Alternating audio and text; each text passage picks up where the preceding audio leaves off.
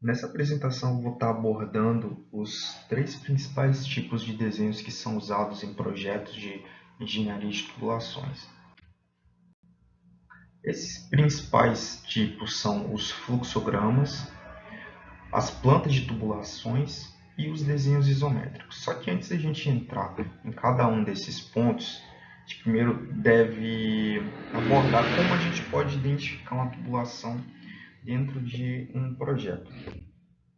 Em todo projeto industrial é necessária a adoção de uma sistemática para a identificação de todas as tubulações, vasos, equipamentos e instrumentos. E para que isso?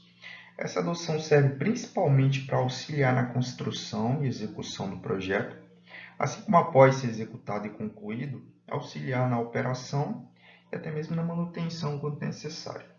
Então a gente tem que na identificação de uma tubulação, geralmente consiste no diâmetro nominal do tubo, no tipo ou classe do fluido contido, no número de ordem de linha, que geralmente tem a ver com a área da tubulação, a área onde a tubulação se encontra. Por exemplo, a gente tem a área 1, qualquer tubulação que esteja nessa área 1 iniciaria com o número 6, 100, desculpa, e na área 2, 200 e assim por diante.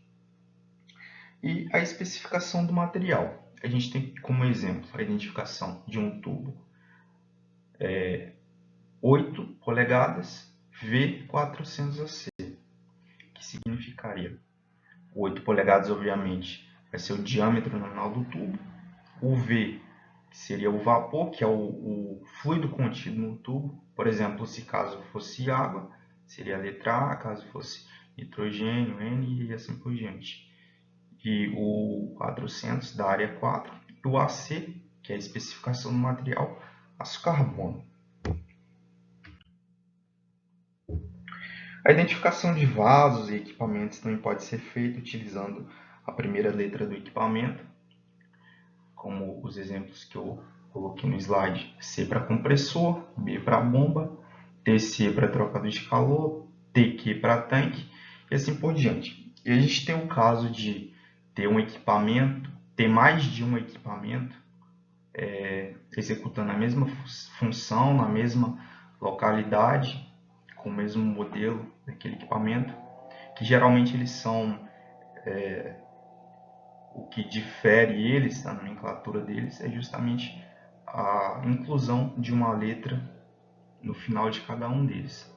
Por exemplo, temos uma bomba que atua, três bombas, no caso, que atuam na área 1, na seção 5, que seria a B105.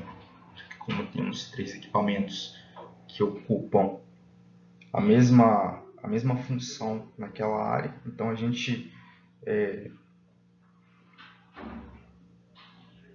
difere elas por letras. Isso é comum dentro de uma área industrial para bombas que trabalham em paralelo ou que uma é reserva do outro, por exemplo. No caso de instrumentos, válvulas de controle, essa identificação é normativa, padronizada pelas normas ISA, Instrumentation Society of America. E aqui a gente tem alguns exemplos das nomenclaturas que são feitas para esses instrumentos: FC para controle de fluxo, FCV para válvula de controle de fluxo, LC para controle de nível, TC para controle de temperatura e assim por diante. É a norma que padroniza essa nomenclatura. Fluxogramas. Entrando nesse tipo de desenho, os fluxogramas eles não são necessariamente desenhos de tubulação, mas sim desenhos que representam o funcionamento de um sistema ou processo. São identificadas as tubulações, os vasos, tanques, bombas, máquinas e tudo mais que tiver relevância para o processo. Os fluxogramas são desenhos esquemáticos, eles são sem escala, tem como objetivo mostrar o funcionamento do sistema de processo, sem o objetivo de fornecer informações para fabricação, construção ou montagem. Eles são divididos em fluxogramas de processo e fluxogramas mecânicos de detalhamento. Aqui no fluxograma de processo,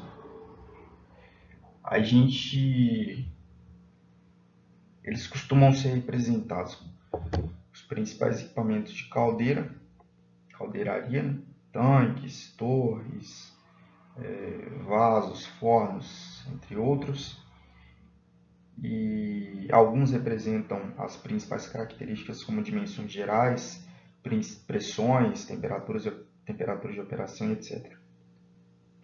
Principais máquinas: bombas, compressores, turbinas, com informações de vazão, pressão, temperatura, entre outras relevantes. Principais tubulações, com indicação do fluido contido. E as válvulas de bloqueios em instrumentos. Aqui nos fluxogramas mecânicos, nesses desenhos, eles já estão em fase mais adiantada do que o anterior e são preparados pelo pessoal de projeto, de processo, só que com colaboração do pessoal do projeto mecânico.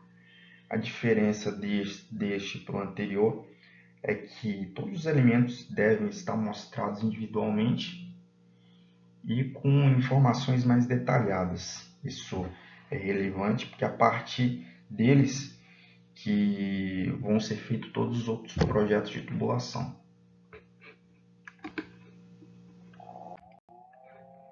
Aqui temos um exemplo de um fluxograma. Temos o tubo, a direção a direção do fluxo do fluido, os equipamentos, válvulas, tanques, entre outros, bombas. Planta de tubulação. As plantas de tubulação são desenhos em escalas, diferente dos fluxogramas. Eles são em escala e contêm as tubulações de uma determinada área, representada em projeções horizontais, e são vistas superior. Geralmente nos tubos menores de 12 polegadas são feitos traço único. Nos tubos maiores de 12 polegadas são feitos 2 traços paralelos, em escala.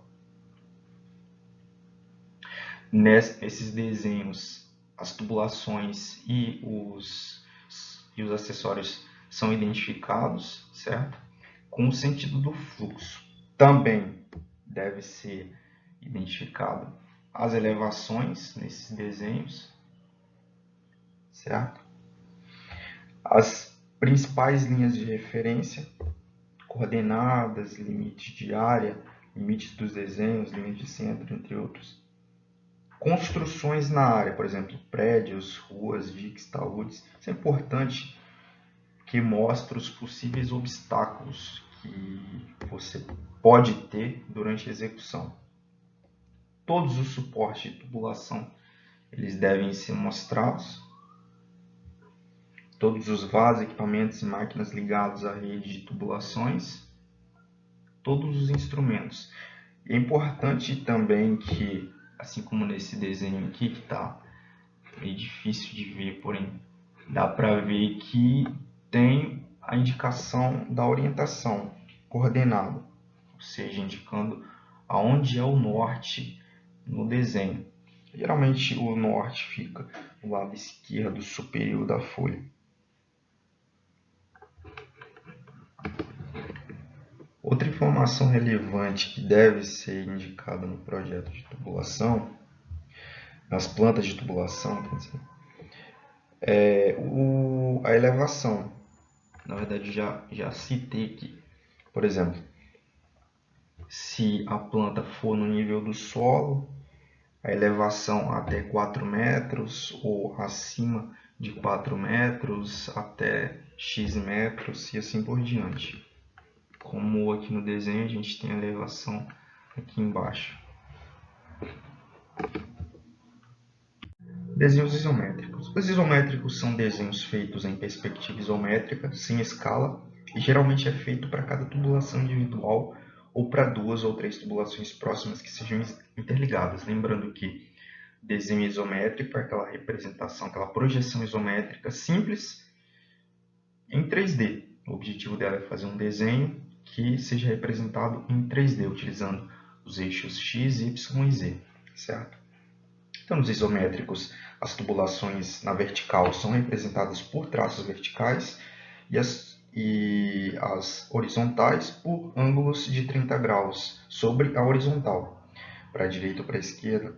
Então, quando você precisa fazer um desenho que não esteja nesse escopo de 30 graus, então o ângulo ele deve ser incluído no desenho. Todas as tubulações, independente do ângulo, devem ser representadas por traço único e deve ser representado também o sentido do fluxo para cada tubulação.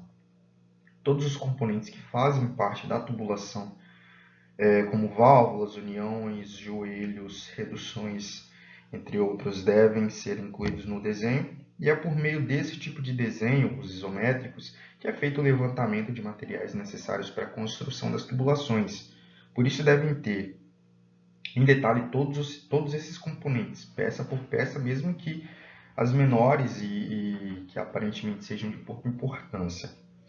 Nos isométricos também deve ter todas as cotas e dimensões necessárias para a fabricação e montagem das tubulações. As cotas e dimensões costumam ser mostradas em milímetros e as elevações em metros. Quando o desenho é grande demais, que tem que passar de uma folha para outra, então deve ter a indicação do número da folha, ou código, seja o que for. Ele deve ser representado como interrompido e deve ter indicação da folha de continuação. Aqui nesse desenho está pequeno, mas dá para ver bem no canto superior direito a interrupção com uma linha retilínea e após cada tubo, cada representação de uma tubulação, o código ou a continuação do desenho, a folha, né?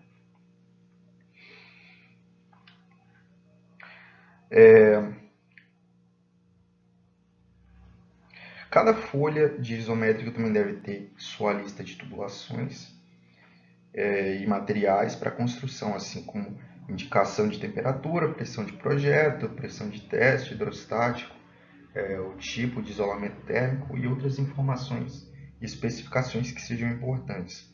Assim como nas plantas de tubulação, os isométricos também devem possuir a indicação de orientação, norte do projeto.